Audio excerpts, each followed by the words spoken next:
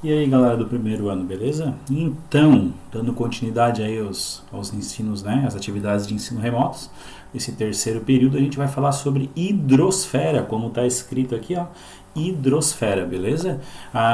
No plano de ensino de vocês vai aparecer escrito hidrografia, teve um errinho ali, mas não fiquem preocupados, né? Eu vou conseguir abraçar também dentro da hidrosfera a hidrografia e também os principais rios brasileiros aí, beleza? Então vamos lá, gente, olha só, né? Percebam já a qualidade do slide e não esqueçam de, né, inscrever-se no canal porque tá crescendo, já passamos de 100 inscritos. Tá ficando famoso.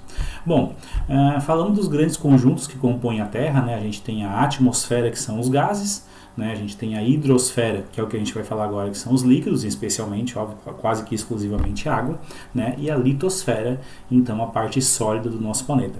Com essas três massas foi o que foi necessário existir para vir a quarto grande grupo, que é a biosfera, ou seja, a parte vida, né, o que é vida do nosso planeta que compõe então a biosfera. Okay?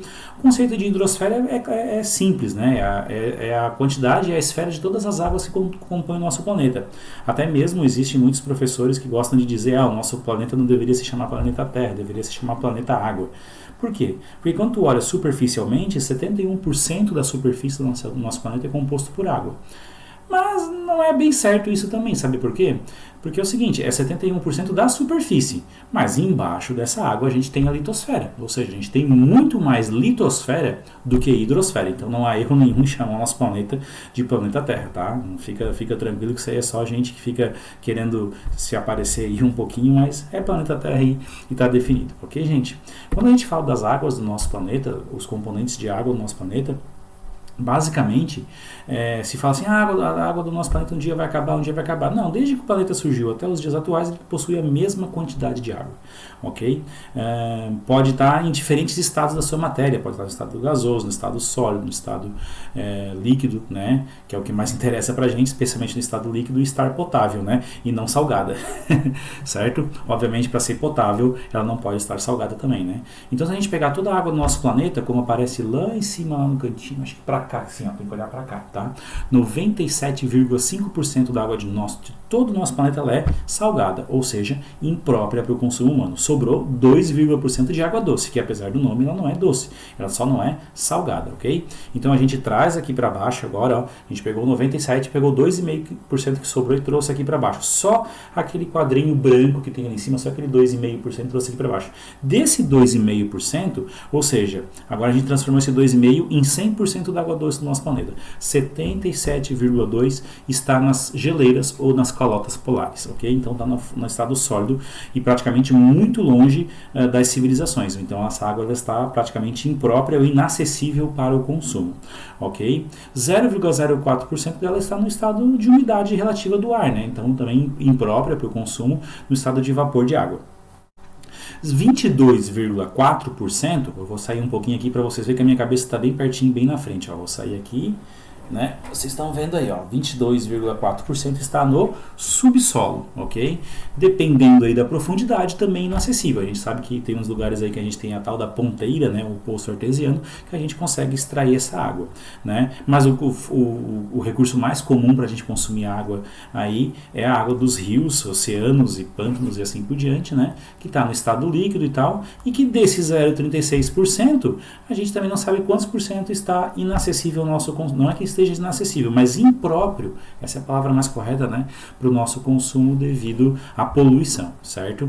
Então a gente tem aí um fator bem complicante, certo? Falar que a água do mundo vai acabar é uma mentira, não, a água do mundo não vai acabar. O que vai ficar cada vez mais complicado, o que vai ficar cada vez mais difícil é um pouco do acesso a essa água, porque ela pode mudar os lugares que ela vai aparecer, né, por causa do aquecimento global, por causa da poluição e assim por diante, e até mesmo pela própria poluição, ou seja, basicamente a gente vai começar a pagar mais caro pela água que a gente consome, basicamente, certo, gente?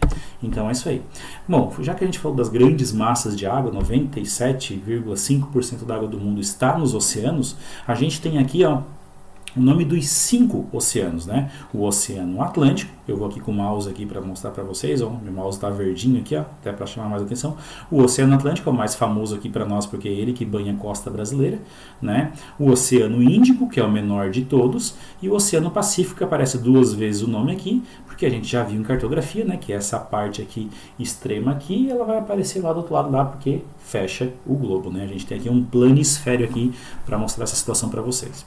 Eu também tenho o Oceano Glacial Ártico e lá no sul, né, lembra, né, agora na Antártica, né, o Oceano Glacial Antártico. Estou falando isso para vocês não esquecerem onde fica cada um deles, tá? E lá no canto está escrito assim, ó, 2 mares, ponto de interrogação. É porque em alguns mapas, em algumas situações, pode estar escrito ao invés de oceano, mar glacial ártico e ao invés de oceano, mar glacial antártico, por eles serem em menor proporção, tá?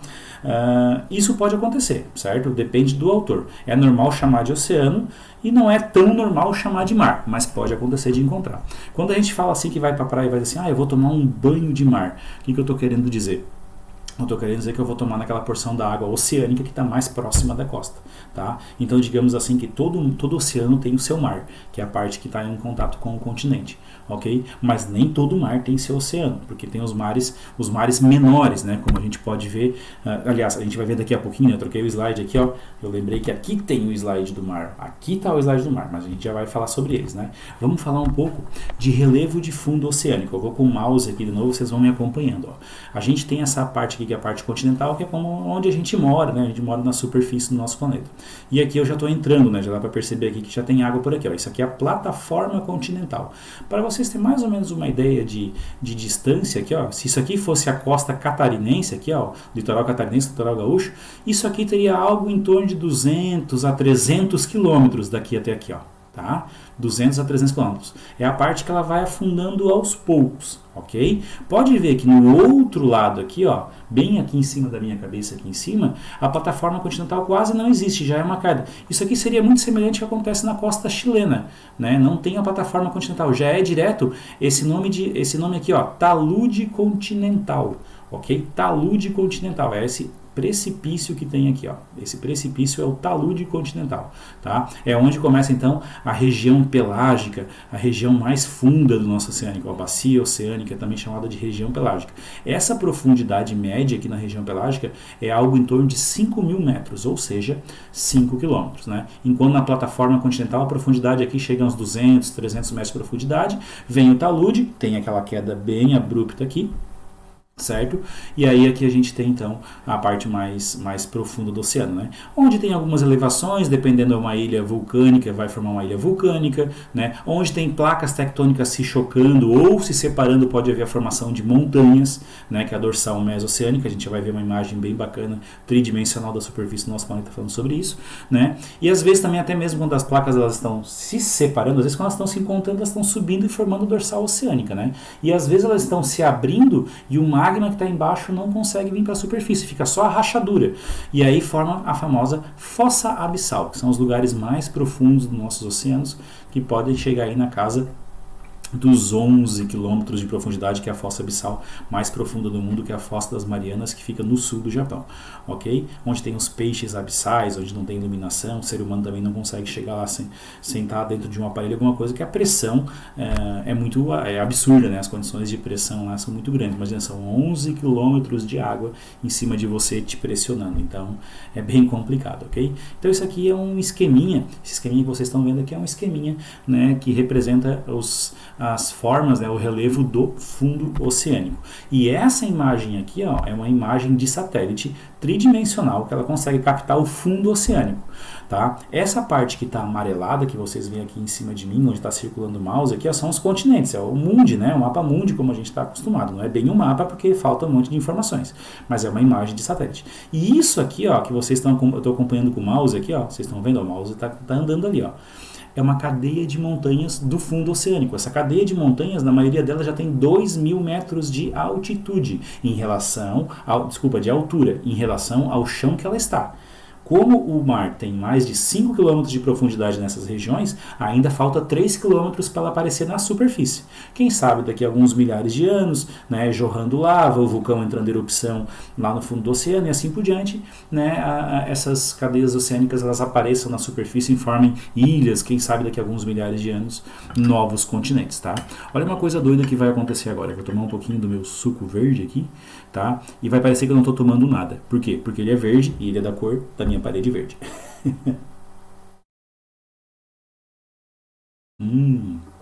tem gosto de nada. Mas vamos lá continuar então, certo?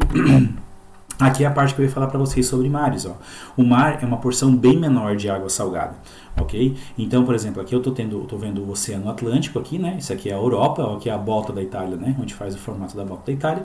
Eu tenho um mar aqui, e aqui eu tenho os tipos de mares, ó. Mar fechado, mar de interior e mar aberto. Na verdade, o mar fechado não aparece aqui em cima, em nenhum dos exemplos. Ah, professor, mas o Mar Negro aqui, ó, ele é um mar fechado. Não, na verdade, pela escala eu não consigo perceber, mas ele tem um canalzinho de ligação aqui, ó, bem pequenininho, onde os barcos passam.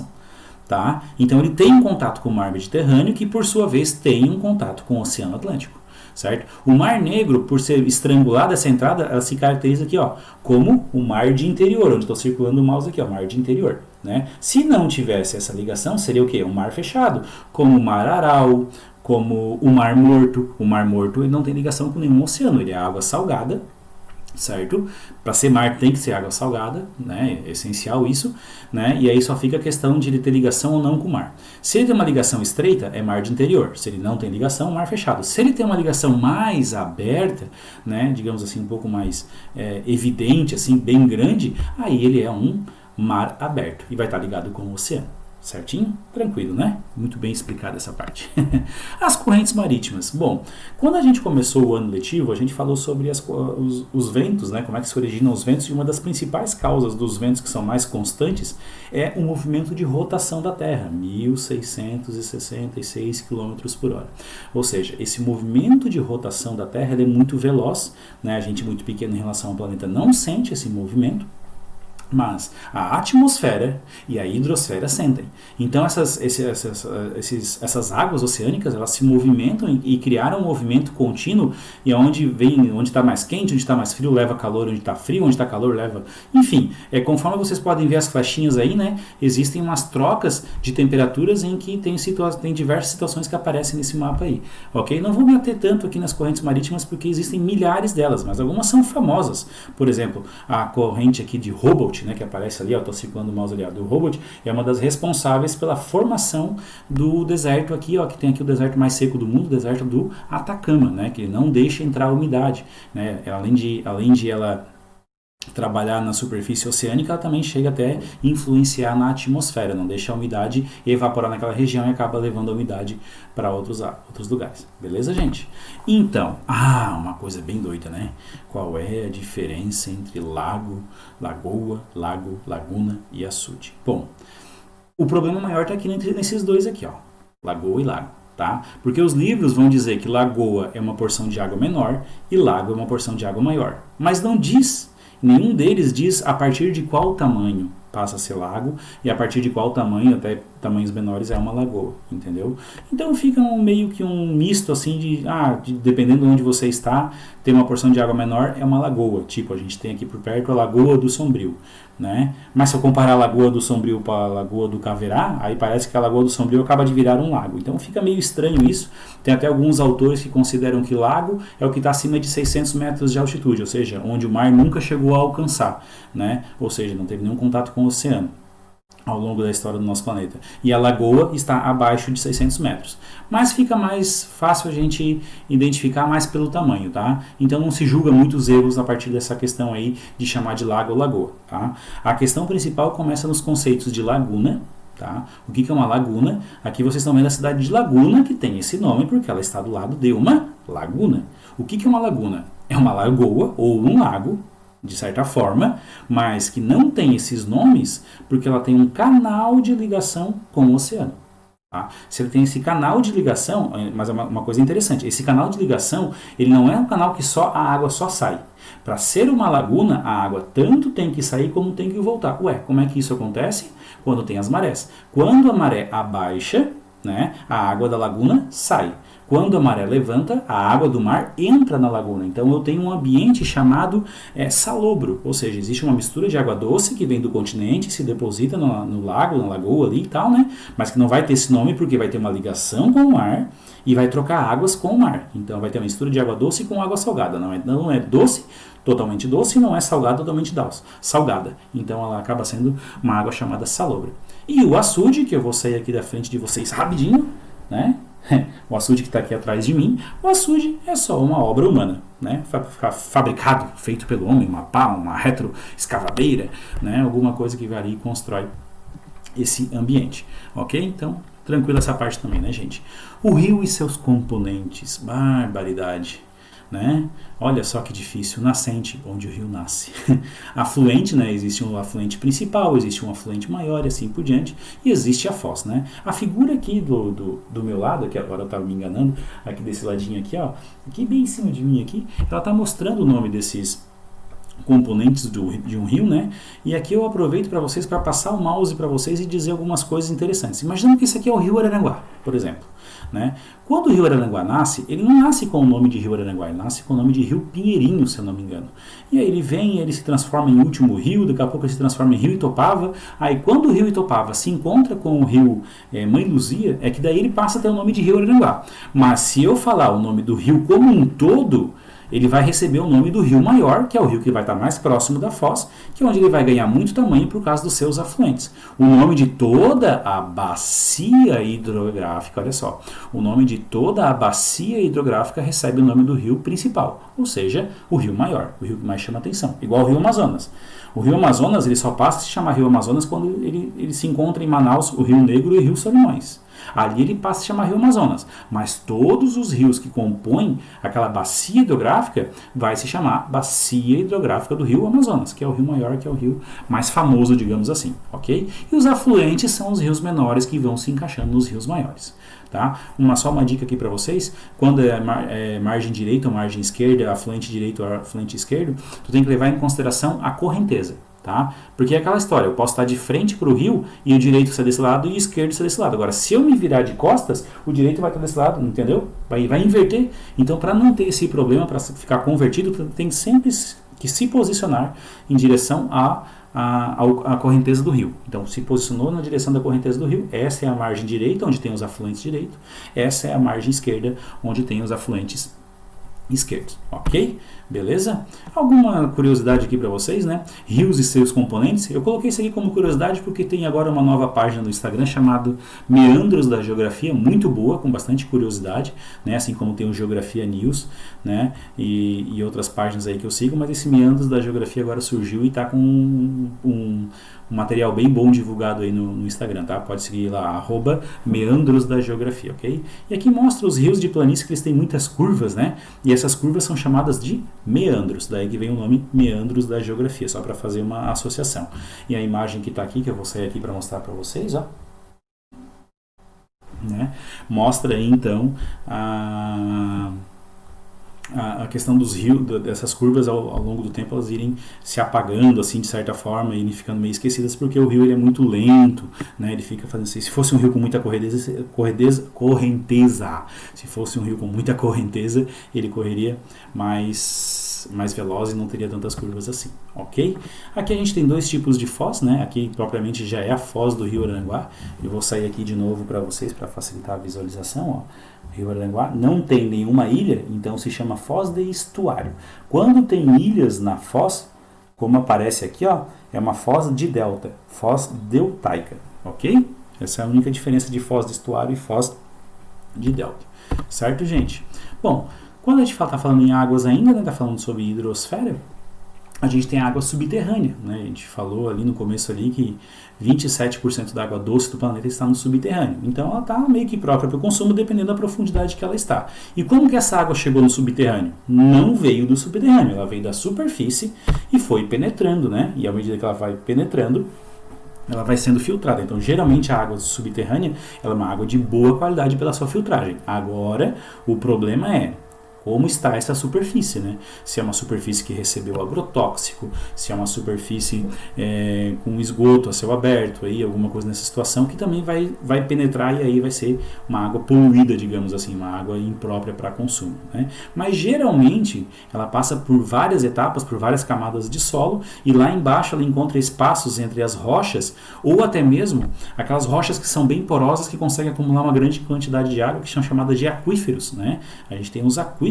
também, que tem a capacidade de armazenar muita água. E quando eu falo em aquífero, já vem uma coisa na cabeça de vocês, né? O aquífero Guarani, né? O aquífero Guarani, como vocês podem ver aí no mapa, né, ocupa aí desde o Mato Grosso até Santa Catarina, Rio Grande do Sul, um pedacinho do Uruguai e Argentina, certo? Está aí uma profundidade próxima, aí, dependendo da região, até mais próximo da superfície. Alguns lugares aí chega aí a, se não me engano, 200, 300 metros de profundidade, mas é uma grande reserva de água que a gente tem disponível pra gente aí, certo, gente?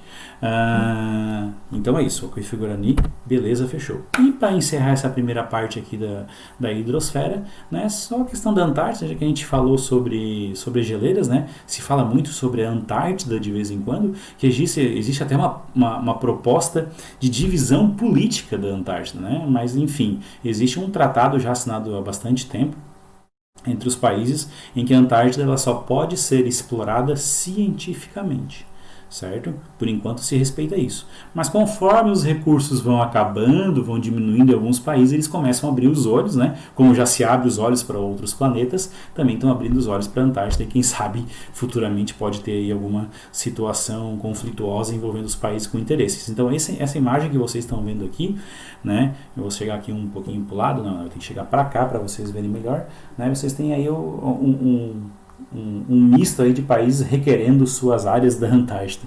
Meio doido, né? Isso aqui não é oficial, é um tratado extraoficial. Beleza, gente? Então eu volto na semana que vem com a segunda parte das aulas sobre hidrosfera e a gente fala sobre a hidrografia do Brasil, falar mais sobre rios. Beleza? Um abraço para vocês.